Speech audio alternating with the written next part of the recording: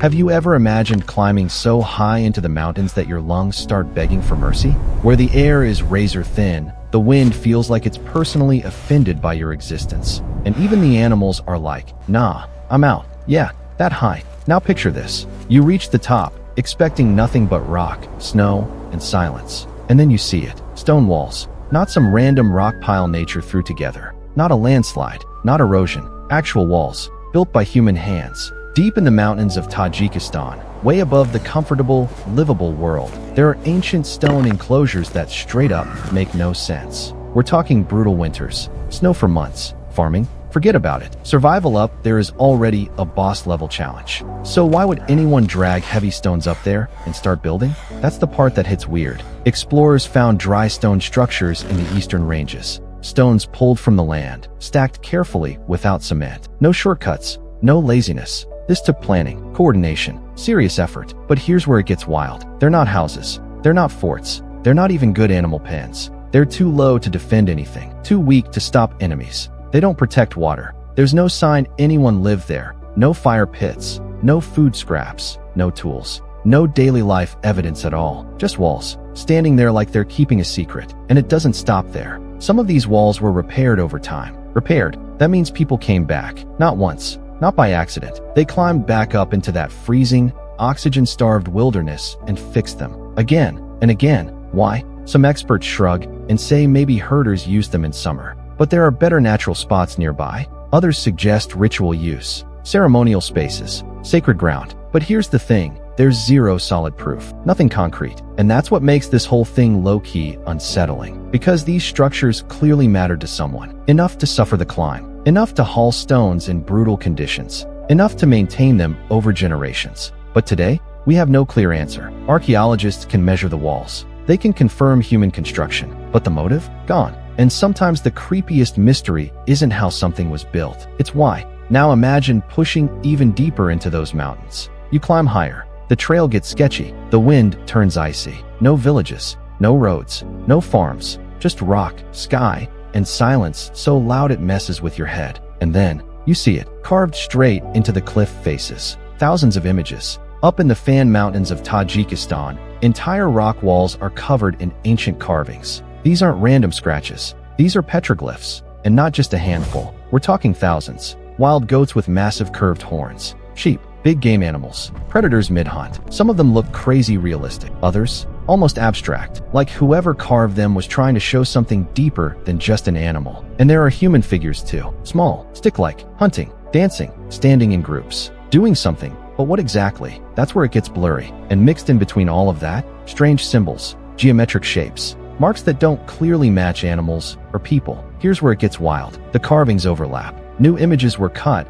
right over older ones. That means people kept coming back to the exact same rock faces for centuries, maybe thousands of years. Let that sink in. Different generations, different eras, same rocks. But here's the part that makes you stop and go, hold up. These sites are ridiculously remote. They're not near rivers, not near farmland, not on major trade routes. Even today, getting there isn't easy. So back then, it would have been a serious mission. So why climb all the way up there just to carve pictures into stone? Archaeologists can estimate the age based on style and weathering. Some carvings might be thousands of years old. Others could be medieval. But there are no written records. No clear oral histories that survived intact. No manual. No explanation. And it gets even more mysterious. Later people didn't pick fresh, blank rock walls. They chose the ones already covered in carvings. It's almost like they were trying to connect with whoever came before them. Like they were continuing something ancient. Adding their signature to a story already in progress. But what story? Were these hunting tallies? Religious rituals? Tribal memory?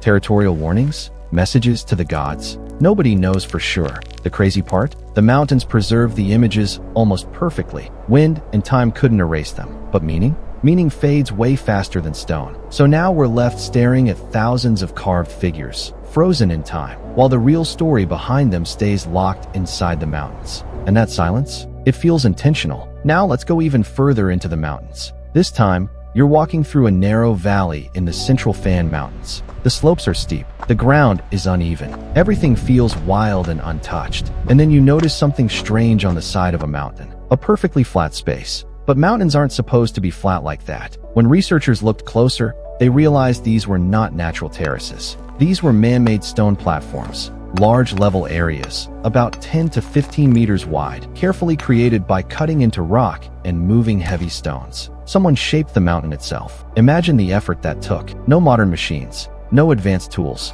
just human hands, simple tools, and determination. But here's the mystery. These platforms are not in good defensive positions. They don't overlook important trade routes. They don't guard entrances to valleys. They don't protect water sources. And there are no clear signs that houses once stood there. No foundation lines. No strong remains of buildings. No big piles of broken pottery or daily life tools. Just flat stone platforms on steep mountain slopes. Why? Some experts think they may have been used for rituals. Maybe people gathered there for ceremonies. Others suggest seasonal meetings. Perhaps different groups met there during certain times of the year. There is even a theory that they could have been used for observing the sky, but there is no clear proof of that either. And that's the frustrating part. These platforms clearly required planning. You don't just randomly cut into a mountainside for no reason. It would have taken many people working together. It would have taken time, energy, resources. In a place where survival is already difficult, every action matters. So if they built these platforms, the reason must have been important. But important for what? They don't grow food. They don't store water. They don't give shelter from storms. They don't defend against enemies. Yet someone believed they were worth building.